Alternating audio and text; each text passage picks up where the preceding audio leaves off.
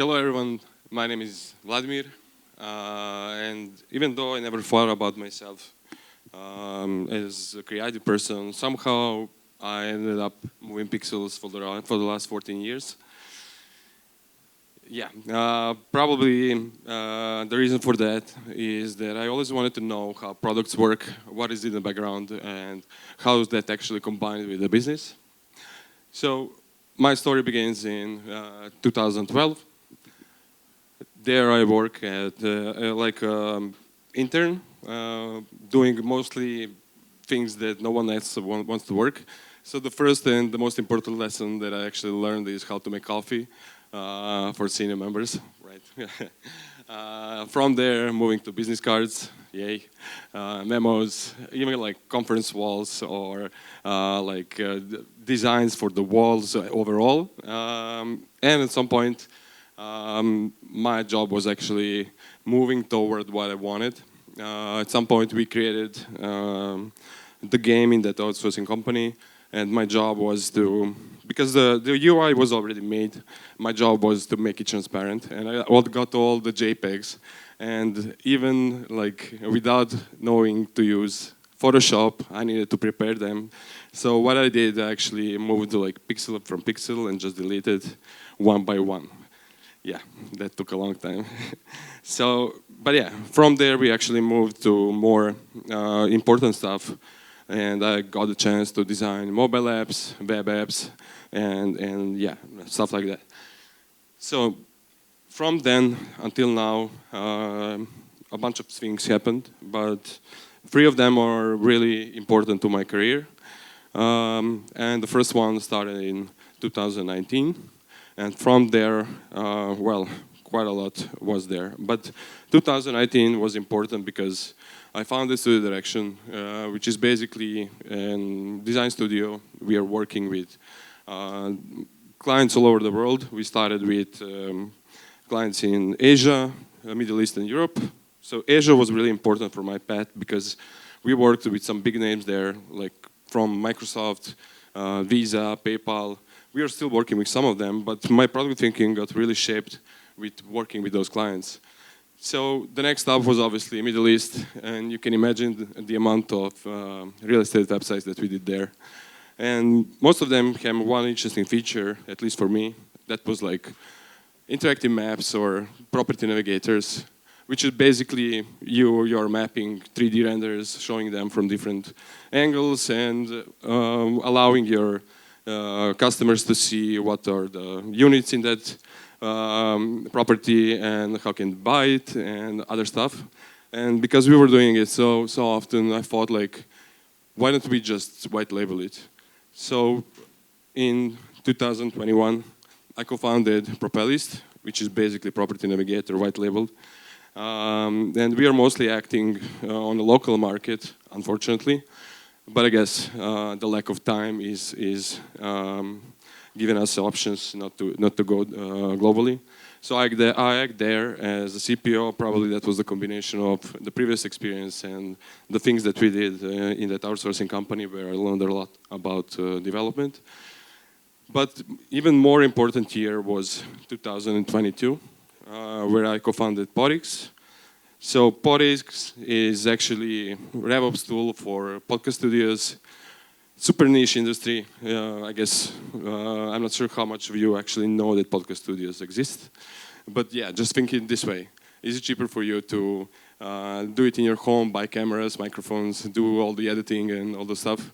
Or is it cheaper for you to go in podcast studio and get everything for $100, something like that? So yeah, we are quite moving there, and my presentation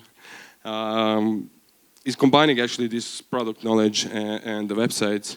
And from studio direction, we basically produce around 20 plus websites per year, and vast majority of them are SaaS, right? So SaaS websites actually act as a product because they have a strict funnel they need to follow.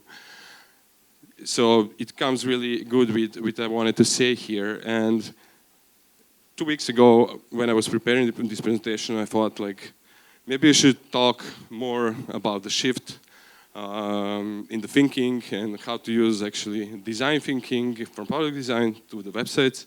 I wanted to talk more about like how to go from pages to journeys, from launches to iterations, from opinions to evidence, or from conversions to outcomes. And don't get me wrong, I mean, these things are really, really important. But what happened in between? Well, I found out that over the past 2 weeks, we got copied both on Podix and on the Propellist.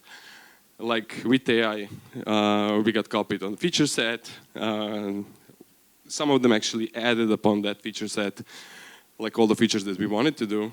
They even approached our clients. They even approached, they took our strategy for the marketing, literally everything. And on the Propellist side, they even copied the interface, the fonts, the UI, the colors, everything you can imagine, except the website.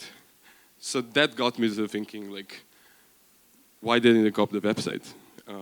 Because it seems like products are clonable, but websites are something that is actually making a difference.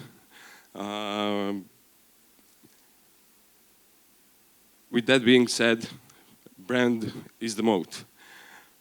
Brand is not clonable. It's a place where you connect with your audience. And the website is the highest leverage surface one company owns. Well, the website is building authority for customers and for the AI. But shipping cadence. We are still not following the pace that products are. So features are now made in a day, products are created in a week or maybe 2 weeks. So that's the new reality. We need to find a way to keep up, right? So let's break it down. What products are doing and how they're shipping so fast. So this is the old, let's say the old way. You got the idea, you go for a bunch of discovery sessions, you validate with the customers, you design a lot of prototypes, you design system. Then again, you talk to customers, you again do the discovery, blah, blah, blah. It's taking weeks, and you can even imagine how long does it take to actually talk with the customers if your product is working across the globe. So getting at least 5 of them, it takes weeks. And then like changing everything that they said, etc., etc. Once we do that discovery phase, we move to like epics, stories, development, iterations, testing, back and forth, then go to production, then do some metrics and actually analyze what's going on. How is it doing today? Well, mostly you got the idea, you give it to AI, he writes the story, PR, this developer runs the AI again, it gets developed, and they push it to production. So they are not even talking to customers, they are avoiding the discovery in general. So they just embrace people to actually ship features, to track them, to then analyze numbers, because that's way faster than going through tons of iterations in the discovery phases. So yeah, that's making like feature in a day, and I saw it. It's not like a story that someone did it and we heard about it, and like this is not Instagram, these are the things that are happening. So my biggest deal and what I'm handling right now is how to match the shipping cadence on the website with the product, because things are moving so fast, right? And I'm not gonna bullshit you. I mean, we are still trying to find out what is the perfect flow, what can we do about it. And this is just a simple scratch. If we can just act as a product, so product is connected to the AI is connected to the project management tool where we can get a feature description, for example, or any other type of feature. We leverage the design system. I think that's actually the biggest story here, but at least from my perspective, websites, I mean, in design, are you creating design systems for them? Like a proper design systems for the website, product style? I guess no one. And even if you do it, once they get transferred to the Webflow or any other platform, I mean, they are just not one-on-one, right? and that's causing a lot of troubles after you launch the website. You cannot keep with the cadence of the product, and I think this is for all of us to actually think on how to do it in the future, because I'm actually trying to figure it out, because if we are relying on the systems, we are able to create new pages in a day probably. The copy is the problem, assets are the problem. But yeah, we can design the assets. We can keep the mode of the brand while designing the assets. Copy, well, that's more on the client side, right? But if we just try to push features as much as possible, we will probably get the answers.